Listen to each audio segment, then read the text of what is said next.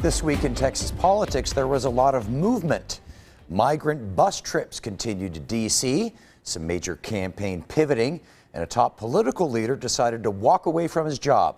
Fox 7 Austin's Rudy Koski and our panel of political analysts take a look. And here we are back in the LBJ penthouse to talk about this week in Texas politics. And let's get right to it with our headlines. And we'll start off with Gromer Jeffers, Dallas Morning News. Gromer, what's your headline for the week? Race for governor heats up as property tax appraisals soar. Brian Smith with St. Edward's University. Brian, what's your headline for the week? Beto goes libertarian on gambling and drugs. And Mark Wiggins, political consultant. Mark, what's your headline for the week? Despite all the promises, Texans still getting taxed out of our homes. And let's start off with Beto O'Rourke. His messaging seems to be changing a little bit. Gromer, you were at his event recently, just a few days ago.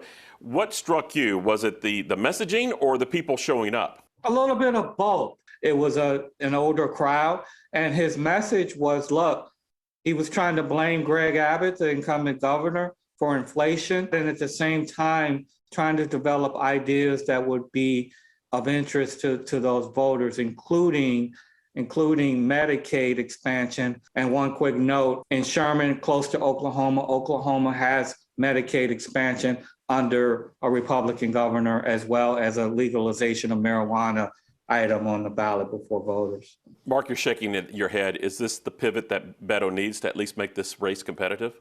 You know, Rudy, Beto had to get off of border security where he's underwater, and his campaign's been struggling to find a popular message. And I think he wisely keyed in on property taxes this week, just as we're all getting these appraisal notices that have skyrocketed. And Beto's fixes are other popular things like legalizing gambling and marijuana in particular, heavily supported by Texans in every poll that's been conducted. Well, he's been trying everything and it hasn't been working. So why not go with an issue that affects everybody, and that's the economy? And if he makes it about the economy, then Greg Abbott's in trouble. Speaking of Greg Abbott, his border bus trips to D.C. continue. I believe we're approaching 10 trips now. Mark, does this become a little border bus fatigue? And how much longer does this drive out? The governor needs a distraction right now from that catastrophic truck inspection blunder. You know, how long does this go? I think it's tough to tell. As long as he feels like he's getting some mileage out of it, we can expect those buses to keep rolling. It got the Mexican governors to the table to do something. Well, both can be true, but at the same time, border security is such a hot button issue with Republican voters and some general election voters that he wins even as he's losing. We know that isn't a policy solution, but it's a great way for Abbott to hold Biden's feet to the fire. But if it starts having the backlash that Gromer talked about, he's going to have to back off on it. We're seeing a lot of change under the Capitol Dome, and one of the biggest changes being announced this week that Chris Turner, state representative, who is also the House Democratic Caucus chair, deciding he won't run for re-election for that position. That is a big leadership shift. It's probably time for Turner to go, but the question is, what kind of new leader will Democrats now get? You know, chairing the Democratic caucus, though, is a thankless job. It's a diverse group. It's got several internal caucuses with unique priorities. It can be tough to get everyone on the same page.